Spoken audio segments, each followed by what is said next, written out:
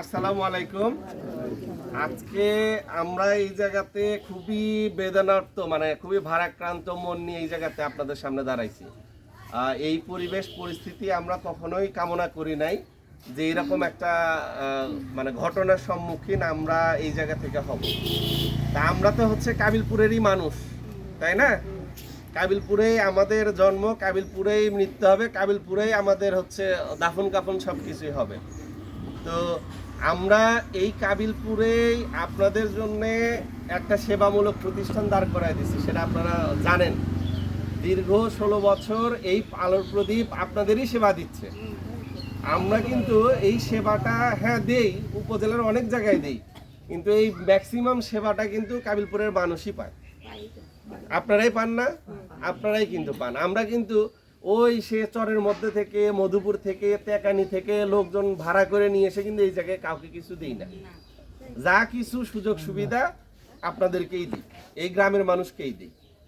তো যাই হোক, আপনারা সবাই দেখছেন বা শুনছেন যে আমাদের এই যে অবস্থাটা হচ্ছে।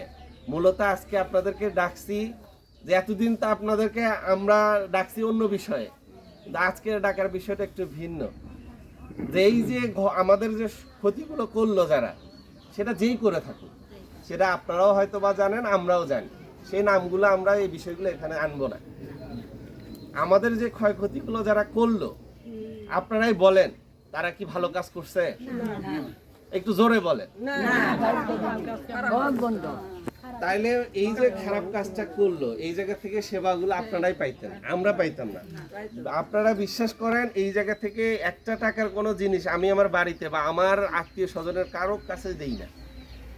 আপনাদের দেওয়ার পরে যেটা অবশিষ্ট থাকে সেইটা হয়তো আমি আমার বাড়ির আশেপাশে 2-4 জনকে দিই, এর বাইরে কিন্তু দেই না। এই যে 16 বছর হলে আমরা এই জায়গাতে আপনাদের সেবা দিচ্ছি। বলেন, আমরা এই গ্রামেরই যারা এটার সাথে জড়িত, তারা তো আমরা এই গ্রামেরই ছেলে পেলে অধিকাংশগুলো। তাইলে বলেন, আমরা কারো কি কখনো ক্ষতি করছি? যে ছেলে মেয়েগুলো এই জায়গাতে কাজ করে তারা কেউ কারো ক্ষতি করছে? বা আমাদের এই সংগঠন কারো কোনো ক্ষতি করছে? হয়তো বা সহযোগিতা করতে পারে নাই, কিন্তু ক্ষতি তো কারো করে নাই মনে হয় না। আমরা কিন্তু কারো ক্ষতি করি নাই। তাইলে আমাদের এই যে ক্ষতিটা করলো, আপনাদের এই যে দেখানোর উদ্দেশ্যে ডাকা যে দেখে যান যে আমাদের এই সংসার, আমাদের এই দীর্ঘ 16 বছরের তিল তিল করে গড়ানো যে সংসার, এই সংসার ভেঙে কিভাবে চুরমার করে দিচ্ছে। আপনারা একটা জানেন, যারা সংসার করেন তারা কিন্তু জানেন যে কিভাবে একটা সংসার কত আস্তে, কত শ্রম দিয়ে একটা করে জিনিস করতে হয়। একটা চেয়ারও কেনেন বা একটা আলমারি কেনেন, একটা শোকেস কেনেন, কত কষ্ট করে টাকা জমে জমে এটা করা লাগে। আর আমরা দীর্ঘদিন এই যে কাজটা করতেছি, 16 বছর হলে জমায় আমরা কতগুলো জিনিস করছি। আমাদের এই জায়গায় প্রায় 5.5 লক্ষ টাকার জিনিস ছিল। একটা করে চেয়ার আমাদের 1200 টাকা করে ছিল, তার 30টা চেয়ার ছিল, আলমারি ছিল, শোকেস ছিল, সেলফ ছিল, বাক্স ছিল, টেবিল ছিল, আমাদের গুরুত্বপূর্ণ নথি ছিল, সব নিয়ে গেছে। হয় ভাঙছে, নিয়ে গেছে, লুটতারাজ করে নিয়ে গেছে। তো নিয়ে যাক, জিনিস আমরা করতে পারবো।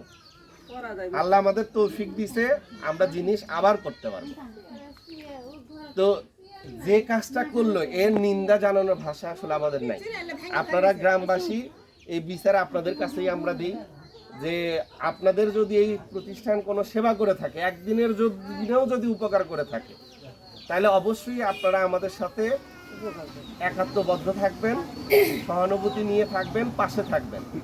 আমরা কথা দিচ্ছি, আমাদের এই সংগঠনের এই জায়গাতেই আমরা আসি এবং থাকবো। এই জায়গাতে আমরা আবার সংস্কার করব, আবার বসবো, আবার আপনাদের যা সেবা দরকার, এই সেবার কার্যক্রম যেভাবে আমাদের চলমান ছিল আমরা ঠিক সেইভাবে চলমান রাখবো। আমাদের সেবা কোনো বন্ধ হবে না। আপনাদের এই গ্রামবাসীর জন্য যে সেবার দ্বার ছিল ওইভাবে চলমান থাকবে। আমরা কোনো সেবা বন্ধ করব না, আমাদের সেবা চলমান থাকবে। এখন আমার কাছে, আপনাদের কাছে একটা প্রশ্ন, সেটা হচ্ছে এই যে কাজ হলো, এইটার আপনারা বিচার চান না? আমরা বিচার চাই না? বলেন, যারা এই কাজের সাথে জড়িত তাদেরকে প্রশাসন আইনের আওতায় এনে বিচার করুক, এটা তো চান। তাইলে আপনারাও যেহেতু চান, আমরাও চাই। আমরা কারোরে মারধরও করতে চাই না, কারো কলার ধরে কারো বাড়ি থেকে বেরো করতে চাই না, কারণ ওটা আমাদের নেচার না, আমরা স্বভাব না, আমরা প্রতিহিংসায় বিশ্বাস করি না। আমাদের এইটা জানেন আপনারা, আমাদের সরকারি নিবন্ধনভুক্ত প্রতিষ্ঠান, এখান থেকে সরকারিভাবে তদন্ত টিম তৈরি হয়েছে, তারা তদন্ত করবে, যারা যারা এই কাজের সাথে জড়িত ছিল তাদের খুঁজে বের করে সেই তদন্ত টিম সেই অনুযায়ী সরকারিভাবে তারা আইনের মামলার ব্যবস্থা করবে। এখানে আমাদের করণীয় কিছু নাই, আমরা চাইলেও এই বিষয়টা বাধা দিতে পারবো না, কারণ আমাদের এটা নিবন্ধিত প্রতিষ্ঠান, আমাদের এখান থেকে সরকারি সিলমোহর যুক্ত সার্টিফিকেটগুলো পাওয়া গেছে, তো সরকার তো সেগুলো ছাড়বে না। আমরা জানেন যে আমরা এখানে প্রশিক্ষণ দিই, সেগুলোর ভাতা দেই, কাজ করে না, অনেক মহিলারা পুরুষরা কাজ করে না, তো তাদের যে সার্টিফিকেট, ওই সার্টিফিকেটটা দিয়ে তারা 40,000 টাকা পর্যন্ত ঋণ নিতে পারে।